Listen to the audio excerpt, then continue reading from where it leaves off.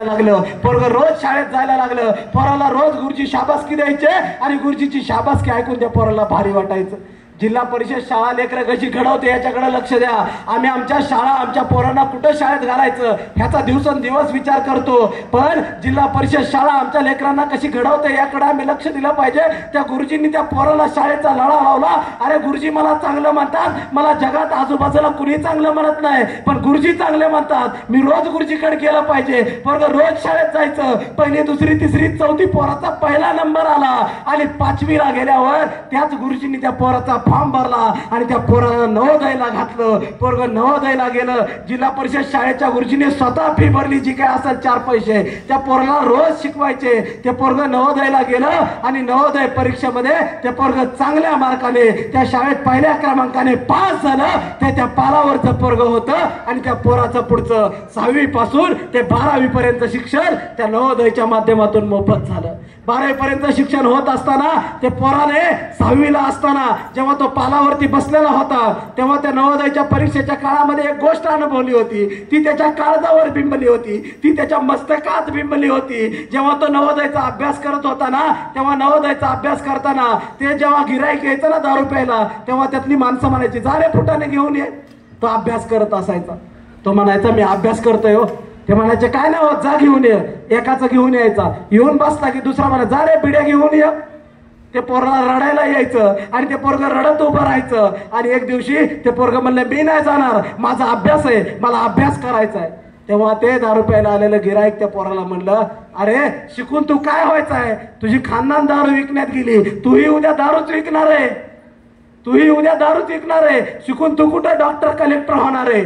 हे त्या पोराने ऐकलं होतं आणि ते त्याच्या काळजावर बिंबलं होतं. 12वी पर्यंत पोरग शिकलं आणि पुढे त्या पोराला MBBSच्या शासकीय कॉलेजला नंबर लागला. पण ते पोरग पुढे डॉक्टर झालं तरी ते पोरग थांबलं नाही. त्या पोराने UPSCचा अभ्यास पुढे जाऊन सुरू केला आणि त्या पोराने UPSCचा अभ्यास करून त्या पोराने UPSC मध्ये यश मिळवलं आणि ते पोरग IRS झालं. आणि IRS होऊन ते पोरग थांबलं नाही. त्या पोराने पुन्हा UPSC दिली आणि ते पोरग पुढे जाऊन IAS झालं. आणि ते पोरग म्हणजे दुसरं तिसरं कोणी नाही तर त्या भिल्ल समाजातून आलेलं ते पोरग म्हणजे डॉक्टर राजेंद्र गावित हे त्या मुलाचं नाव आहे. हे नाव आपल्या लक्षात असलं पाहिजे. तर मला यातून आपल्याला आवर्जून काय सांगायचंय,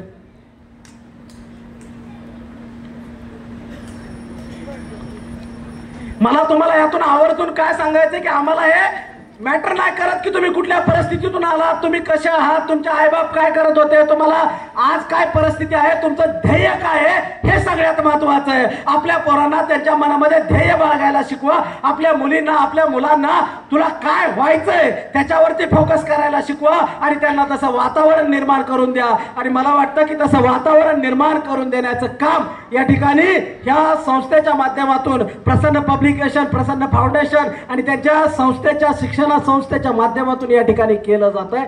हे खूप महत्वाचं आहे. आपल्या मुला मुलींना ध्येय बाळगायला शिकवा, त्यांना न अडखळता संघर्ष करायला शिकवा. कोणती माणसं यशस्वी होतात? पहिलीपासून 10वी पर्यंत जो खूप हुशार आहे, ज्याचा पहिलाच नंबर आलाय, तोच मुलगा पुढे जाऊन टॉपर होतो किंवा UPSC क्रॅक करतो असं नाही. तर जो मुलगा न थांबता जिद्दीनं त्याच क्षेत्रामध्ये टिकून राहतो आणि न थांबता अपयश आलं तरी पुन्हा पुन्हा परीक्षा देत राहतो आणि पुन्हा पुन्हा धडका देत राहतो, त्याच मुलाला यशाचं दार उघडता येतं. हे आपल्या मुलांना शिकवावं लागेल आणि ते आपल्या मुला मुलींना शिकवा, तर ते आयुष्यामध्ये यशस्वी होतील. हे मला या ठिकाणी आवर्जून सांगावं वाटतं. तर आज या कार्यक्रमामधून आपल्याला घरी काय घेऊन जायचंय? नवनाथ धानोरे सरांनी केलेला सत्कार आपल्याला घरी घेऊन जायचंय का? अजिबात नाही. तर या ठिकाणाहून तुम्हाला हे घेऊन जायचंय की आज आपल्या समोर 2 क्लास 1 दर्जाचे IRS आपल्या समोर उपस्थित होते. आपल्या समोर मोठमोठे अधिकारी आलेले होते. ते शून्यातून आपल्यासारख्याच एका परिस्थितीमधून तिथपर्यंत जाऊन पोहोचले आणि आज ते राज्याच्या महत्वाच्या विभागामध्ये महत्वाचे अधिकारी म्हणून कार्य करत आहेत. आपल्यालाही तेच व्हायचंय, आपल्यालाही त्याच वाटेवर जायचंय आणि त्यांच्यासारखंच आपल्याला समाजामध्ये एक चांगला माणूस म्हणून उभं राहायचंय. अधिकारी तर कोणालाही होता येतं, त्या पलीकडं आपल्या आईबापांनी पाहिले जी स्वप्न आहेत आपल्या परिसराने आपल्यावरती जे उपकार केलेत, आपल्या समाजाने आपल्याला जे उभं केलेलं आहे, आपल्या महामानवांनी जे आपल्याला जाण्यासाठी ज्या वाटा रिकाम्या करून दिलेल्या आहेत, या पिढीने ज्या पिढीला आपल्या आधीची पिढी जर आपण पाहिली तर आधीची पिढी इथपर्यंत काय येऊ शकली नाही. जर आम्ही म्हणालो की माझ्यात खूप टॅलेंट आहे, मी खूप कष्ट केलं म्हणून मी इथपर्यंत आलो, तर अजिबात नाही.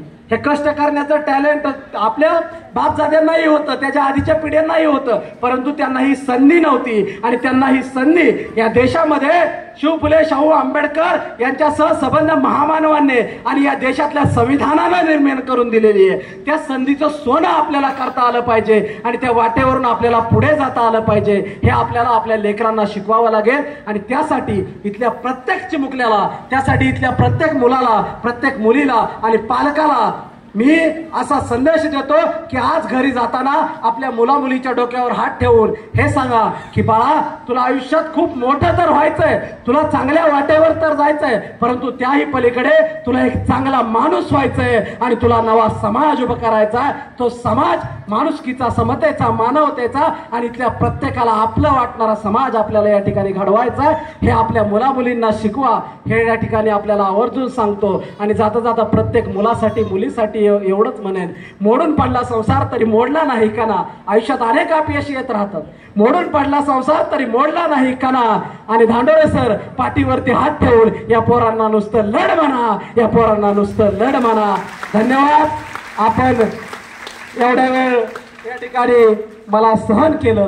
पुण्याहून एखादा माणूस यावा, पुण्याहूनच आलेत सगळे माणसं इथं दिग्ग, पण पुण्यावरून कोणतरी यावं आणि आम्हाला शिकवावं असं तुम्हाला वाटलं, त्याचं ऐकावं आम्ही, आणि तुम्ही मला सहन केलं, त्याबद्दल आपल्या सगळ्यांचे मनपूर्वक आभार व्यक्त करतो. मी नेहमीच ऐसे बोलत गेलो, ऐकणारे भेटत गेले, मी ओकिले अंगार ऐसे, विजणारे पेटत गेले, विजणारे पेटत गेले. जय भारत, जय संविधान.